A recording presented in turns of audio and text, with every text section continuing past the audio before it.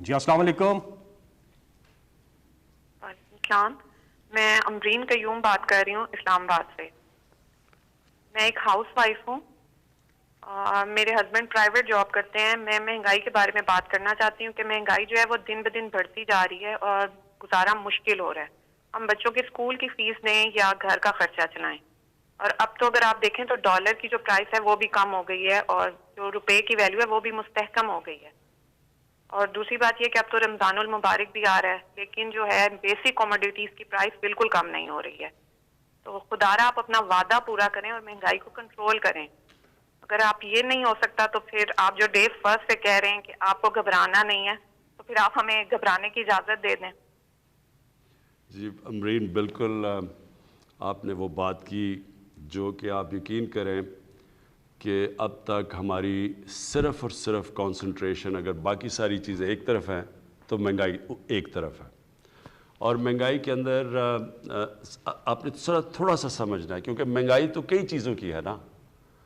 کئی چیزوں کی مہنگائی ایسی ہے جو کہ ہم ایڈمنسٹریشن کی وجہ سے ٹھیک کر سکتے ہیں. مثلا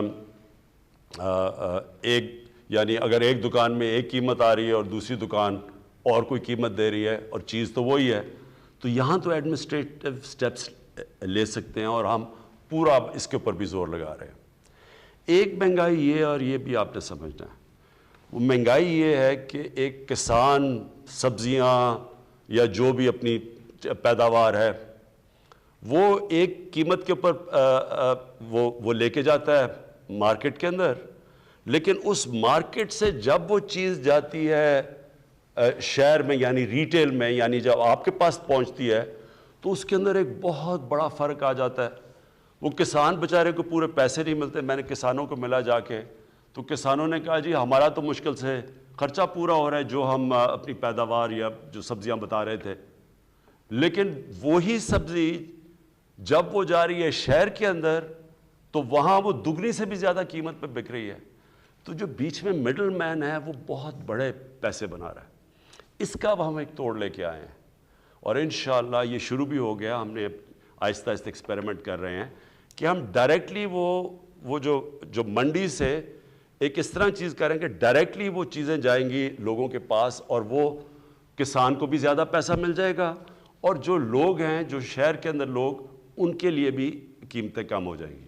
یہ ایک پوری نئی چیز کر رہے ہیں کیونکہ ایک نیا سوچ لے کے آ رہے ہیں, اور یہ شروع ہو گیا. لاہور میں ہم نے اب کئی جگہ شروع کیے ہیں, یا اب اسلام آباد میں شروع کرنے لگے ہیں. یہ شہروں کے اندر اب ہم کرنے لگے ہیں. اس سے بھی فرق پڑے گا. ایک تیسرا طریقہ ہے, ایک تیسری وجہ ہے, وہ ہے جو میں شروع میں آپ کو کہتا ہوں کہ جب روپیہ مثلا ہمارا روپیہ اب آپ ہمارے آنے کے بعد 107 روپیہ تھا, ہمارے آنے سے پہلے روپیہ 124 تھا, لیکن اس سے 6-7 مہینے پہلے 107 کا تھا. یعنی 2018 کی شروع میں تقریباً 107 روپے کا ڈالر تھا, اور وہ 2018 کے بعد وہ بڑھتے بڑھتے پہنچ گیا 160 روپے پہ. اور اب اللہ کا کرم ہے کہ ہماری اکانومی سٹیبل ہو رہی ہے تو روپیہ بھی مضبوط ہوتا جا رہا ہے. اس کا آپ کو افیکٹ آئے گا. مثلا امیجیٹلی افیکٹ تو آ گیا نا کہ ڈیزل کی قیمت گر گئی, آپ کو پٹرول کی قیمت نیچے آ گئی, تو یہ تو آپ کو افیکٹ نظر آ گیا جب روپیہ مضبوط ہوا. لیکن اس کی جب 107 سے 150 روپے پہ بھی گیا تو اس کا افیکٹ کس کے اوپر پڑا؟ بجلی کے اوپر پڑا. آدھی بجلی بنتی ہے تیل سے, تیل ہوتا ہے امپورٹ. پھر جو بجلی کے سارے کانٹریکٹ سائن کیے گئے ہیں وہ ہیں سارے ڈالرز کے اندر, ہمارے سے پہلے کے کانٹریکٹ سائن کیے گئے ہیں. تو وہ کیونکہ ڈالر کے کانٹریکٹس ہیں وہ ایک دم اس کے اوپر بھی افیکٹ پڑ گیا. جیسے ہی ڈالر مضبوط ہوا روپیہ گرا, ادھر بھی قیمت بڑھ گئی. پھر جب ڈیزل مہنگا ہوا, ساری ٹرانسپورٹ مہنگی ہو گئی, ساری چیزوں کے اوپر اس کا کاسٹ چلا گیا.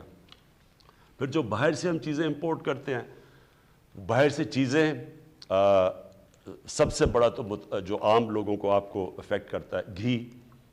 اب تقریباً 70% ایڈیبل آئل امپورٹ کرتے ہیں.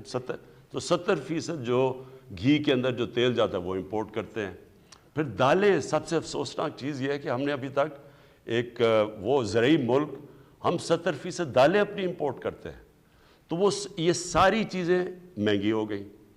اور ایک اور مسئلہ آیا کہ ہمیں گندم جو کہ پاکستان میں ہمیشہ ہوتی تھی وہ ہماری آبادی کیونکہ بڑھتی گئی ہے، جو گندم پاکستان میں تھی اس کے اندر خسارہ آ گیا، ایک تو بارشیں غلط ٹائم پہ ہو گئی، تو ہمیں ایک سال کے اندر 40 لاکھ ٹن گندم امپورٹ کرنی پڑی، اور اس کے علاوہ گندم امپورٹ اور اس کا سارا امپیکٹ پڑا، یعنی جیسے آپ گندم امپورٹ کرتے ہیں تو وہ مہنگی، باہر سے مہنگی آئی یہاں سے، تو اس کا کوئی امپیکٹ پڑا، تو جو امپورٹس مہنگی ہوئی روپے گرنے سے ایک وہ ہو گئی، پھر ایک بدقسمتی سے ایک اور اب چیز ہم نے آہستہ آہستہ انکوائریز میں پتہ چلا، وہ کیا ہے؟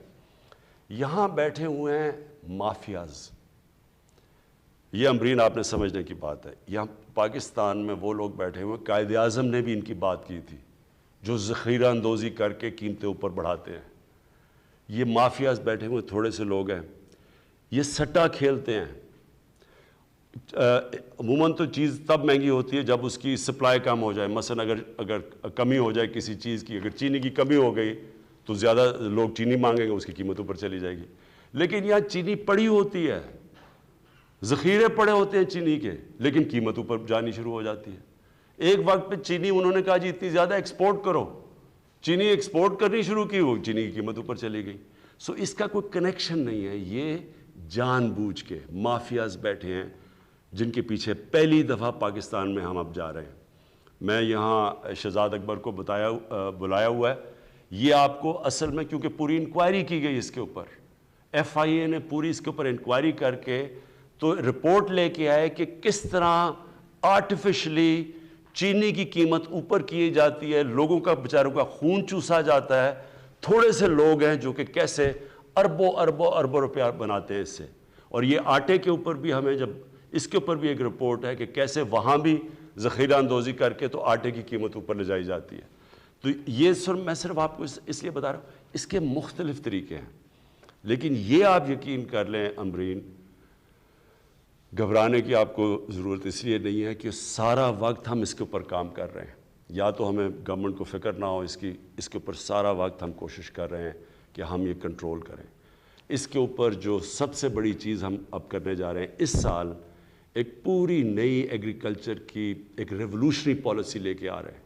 جس سے ہم نے اپنا سارا جو ایگریکلچر کا سیکٹر چینج کر دینا ہے، اس میں سے پہلے ہم انفارمیشن ٹیکنالوجی کا استعمال کر کے پہلے سے پتہ چل جائے گا کہ کون سے سیزن میں کس چیز کی کمی ہوتی ہے، تاکہ کسی قسم کی شارٹیج آگے سے نہ ہو، تاکہ شارٹیج کی وجہ سے قیمتیں اوپر نہ چلی جائیں، لیکن یہ میں آپ کو بتا دوں کہ اس کے اوپر پچھلے ایک سال سے یہ مختلف چیزیں کہ کیا وجہ ہے مہنگائی کے، اس کے اوپر پورا کام ہو رہا ہے، اور انشاءاللہ آپ کو ہم اس کے اوپر قابو پا کے دکھائیں گے۔